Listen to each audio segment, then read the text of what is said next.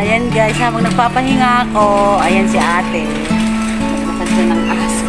Mga naghahalhal sa init. So ayan. Pahinga muna sandali kasi malayo na yung linakad ko. So ayan. Ate din. Okay na lang. Simple lang mga minutes lang. Ano? Ayan, interview yung kiso ate ha. Guys.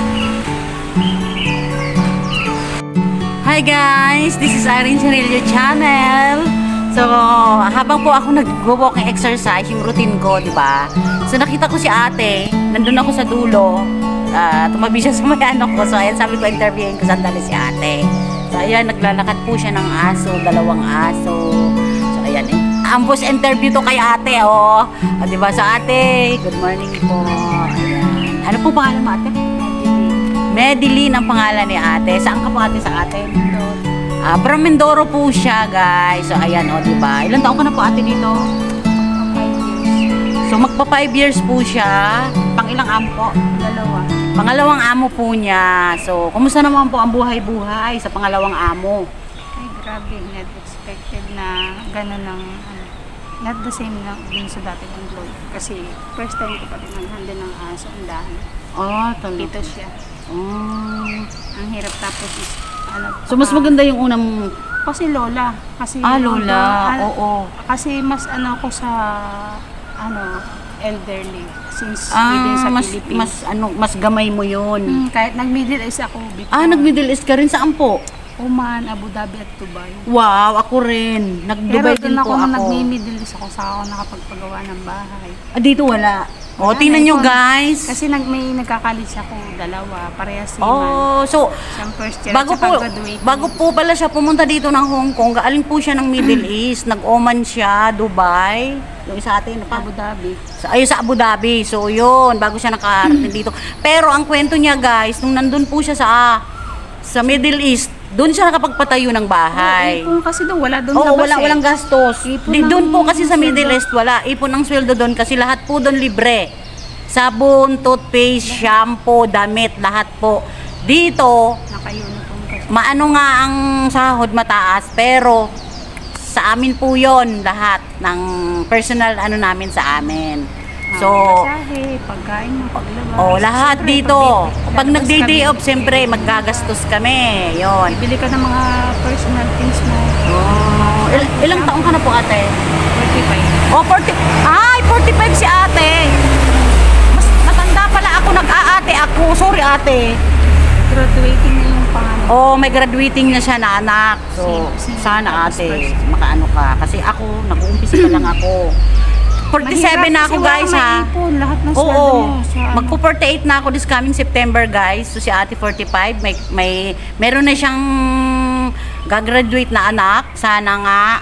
Kasi yun naman talaga ang goal ng mga magulang na nag-a-abroad, makapagpatapos ng anak. So ayan.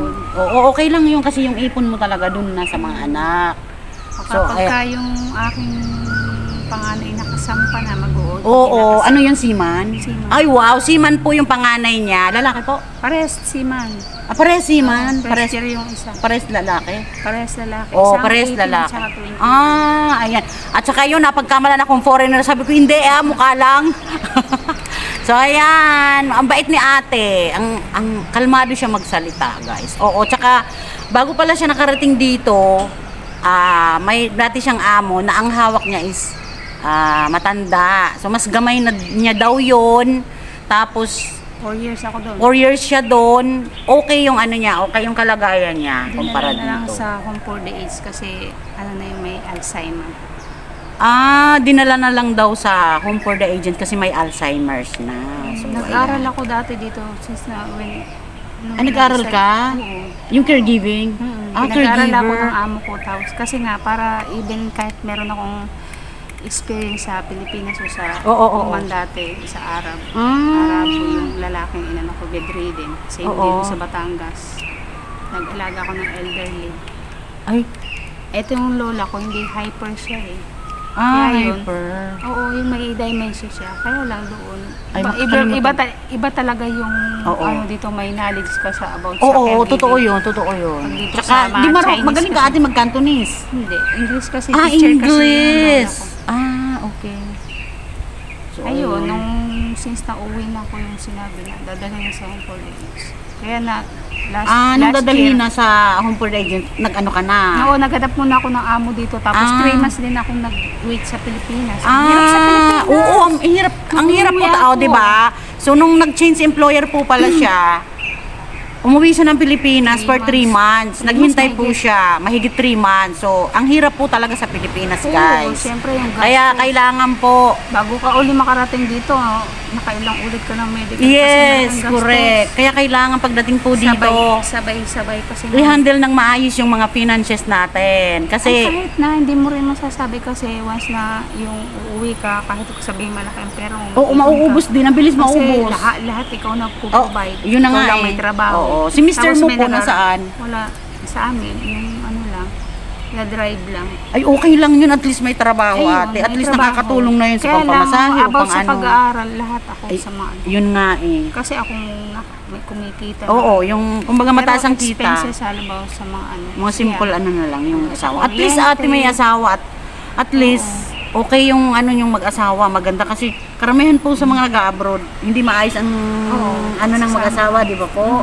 Kahit Oo. yung hindi constant yung communication, Oo. basta ayos. Yun talaga ang number Siyempre, 1. malalaki na mga anak eh. Mga binata na.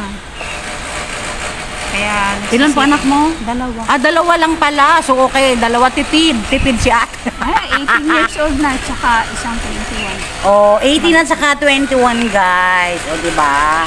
Kaya ayan, guys, ito po ang realidad naming OFW dito. Mahirap, pero kinakaya. Oo, mahirap pero kinakaya. Yan ang sabi ni ate. Ano pangalan natin? Nakalimutan ko. Madeline. Madeline! Ayan, o di ba?